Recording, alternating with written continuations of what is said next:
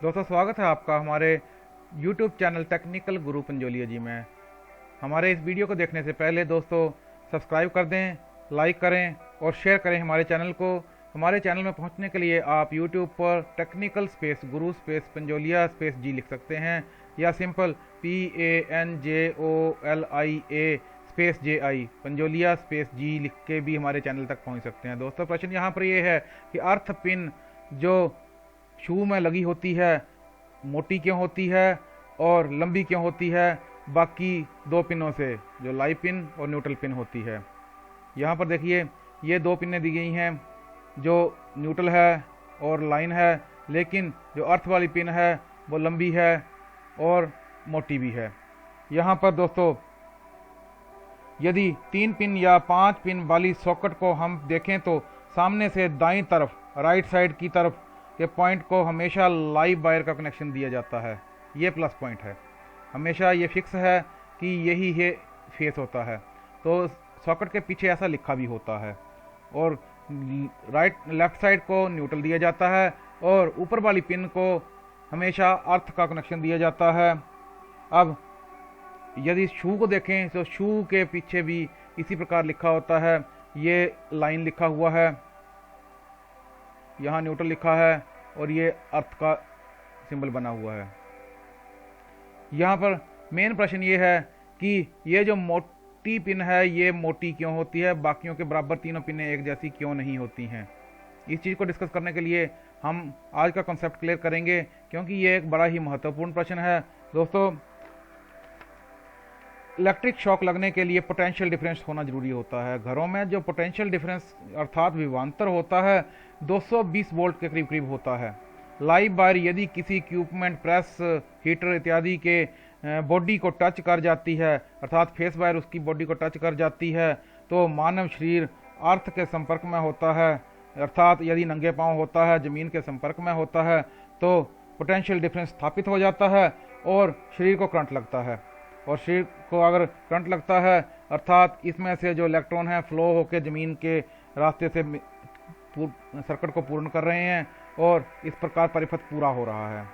यदि earth wire equipment की body के साथ टच की हो तो flow of electron through earth wire हो जाता है, क्योंकि एक प्रश्न है पानी और बिजली चलने के लिए हमेशा आसान रास्ता अपनाते हैं। जब किसी टेबल पर पानी का गिलास गिर जाने के कारण जिस तरफ अधिक ढलान हो उस तरफ बह जाता है, उसी प्रकार करंट भी उसी परिपथ उसी रास्ते को अपनाता है, उसी रास्ते में बहता है, उसी रास्ते में चलता है जहां रेजिस्टेंस प्रतिरोध कम हो, उसे चलने में आसानी हो। अतः मनुष्य के शरीर का प्रतिरोध जो है लगभग 1000 ओम के बराबर होता है। और यदि इक्विपमेंट के साथ अर्थ का तार बॉडी के साथ अर्थ का तार ना जुड़ा हो तो ये धारा जो है मनुष्य के शरीर में से बह जाती है। लेकिन यदि अर्थ वायर इक्विपमेंट की बॉडी के साथ जुड़ी हो तो अर्थ का रेजिस्टेंस ना के बराबर होने, जमीन का रेजिस्टेंस जो है ना के बराबर होने के कारण अर्थ वायर से होकर तुरंत ही धारा का प्रवाह जो हो जाता है और मनुष्य को करंट नहीं लगता है। अतः यहाँ मेन प्रश्न ये है कि तीसरी पिन जो है लंबी क्यों होती है। दोस्तों यहाँ पर ये देखिए मैंने यही बताने की कोशिश की हुई है कि शीट के पीछे सॉकेट के पीछे ऊपर वाले कनेक्शन में ग्रीन वायर अर्थात अर्थ का कनेक्शन दिया है, बाकियों को लाइन और न्यूट्रल का कनेक्शन दिया है और अर्थिंग प्रॉपर तरीके से की जाती है। इसका एक सिस्टम है, प्लेट अर्थिंग की जाती है, पाइप अर्थिंग की जाती है और घर के डिस्ट्रीब्यूशन बॉक्स में किस प्रकार कनेक्शन दिए जाते हैं। पूरे घर की वायरिंग में से जितनी भी अर्थ की वायरें हैं एक पत्ती के ऊपर जोड़ दी जाती हैं और अर्थ वायर जो है पाइप अर्थिंग या प्लेट अर्थिंग जहाँ पर ज़मीन में की होती है उसके साथ जो वायर आई होती है उसको भी इस पत्ती के साथ जोड़ दिया जाता है, ताकि कोई भी इक्विपमेंट जब धारा के संपर्क में आता है तो वो सीधे ही इलेक्ट्रॉन जो हैं ज़मीन के अंदर चले जाएं और किसी को भी करंट ना लगे, सभी शॉक प्रूफ हो जाएं। ये एक महत्वपूर्ण पॉइंट है। अतः यहाँ पर बताया गया है कि ये पिन लंबी क्यों होती है।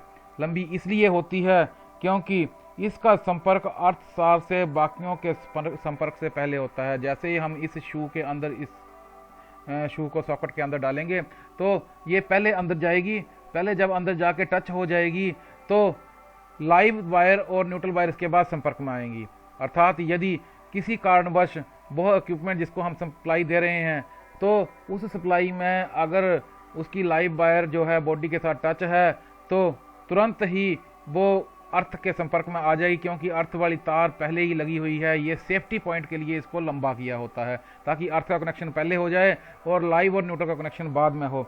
अतः तुरंत प्रभाव से धारा का प्रवाह अर्थ के वायर से होता हुआ जमीन के अंदर चला जाता है और उपकरण के सामने आने वाला व्यक्ति पूर्ण रूप से सुरक्षित बच जाता है। दूसरा प्रश्न ये है दोस्तों कि ये पिन जो है मोटी क्यों होती है। देखिए, इस पिन से जो अर्थ वाली पिन है लंबी तो है लेकिन मोटी भी है। मोटी किस लिए होती है?